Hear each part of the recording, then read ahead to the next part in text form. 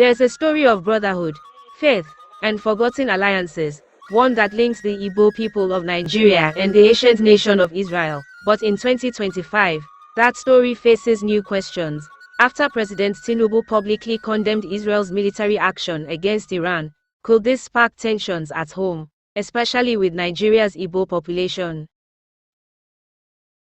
From the belief in a single supreme god, Chukwu, to shared rituals like circumcision on the 8th day, Igbos have long seen reflections of ancient Israel in their traditions. Today, thousands of Igbos openly practice Judaism, embracing a heritage they believe was severed by colonization and war.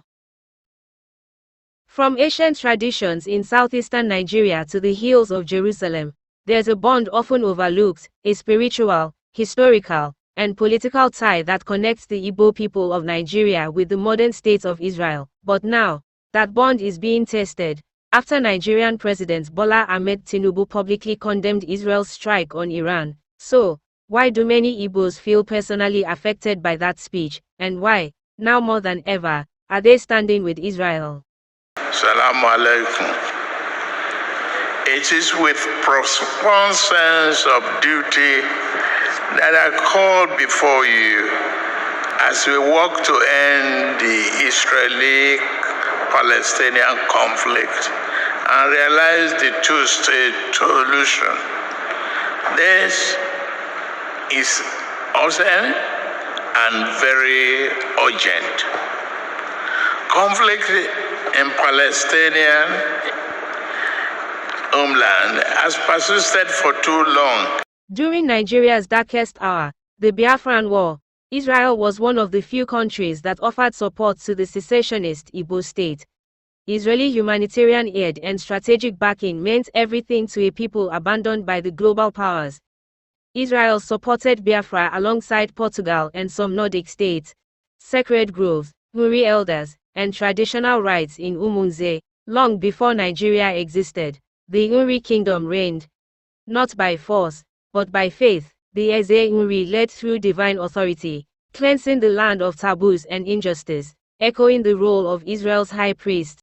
In Umunze, the Ari lineage continues this ancient priesthood, keeping alive rituals passed down through centuries, rituals many believe were once shared with Hebrew ancestors. In April 2025, Tinubu's government condemned Israel's retaliatory strike on Iran after a barrage of drones and missiles nearly hit Tel Aviv.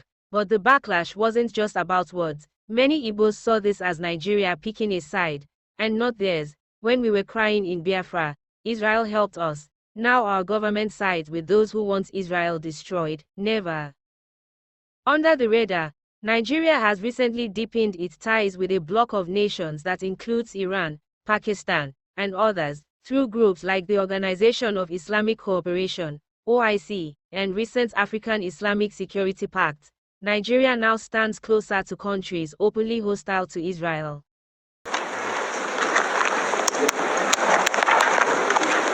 Last night, the State of Israel launched Operation Rising Lion, a preemptive military operation carried out with precision, purpose, and the most advanced intelligence at our dismantle Iran's nuclear program, eliminate the architects of its terror and aggression, and neutralize the regime's ability to follow through on its repeated public promise to destroy the State of Israel. Excellencies, Your Majesty, the King Abdulaziz Al-Saad, the custodians of the two holy mosques, for conveying this. For many Igbos, who view Israel as a sacred ally, this alignment feels like betrayal. The Nigerian government's foreign policy is drifting further from the values of millions in the southeast. You can't ignore this. Nigeria aligning with Iran while marginalizing pro-Israel communities within its borders. Nigeria is setting a dangerous precedent. Igbos must support Israel now, not just out of gratitude, but for survival, in a world increasingly polarized by ideology.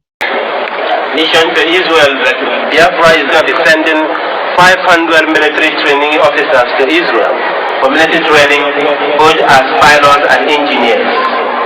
You can see the logo of the Republic of Biafra and also the Biafran flag and the Israeli flag here.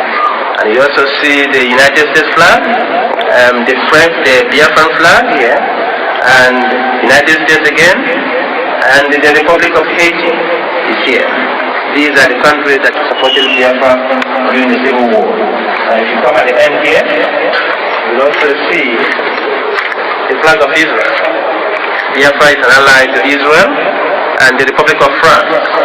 France supported Biafra during the Civil War between 1967 and 1970. You can't ignore this. Nigeria aligning with Iran while marginalizing pro-Israel communities within its borders.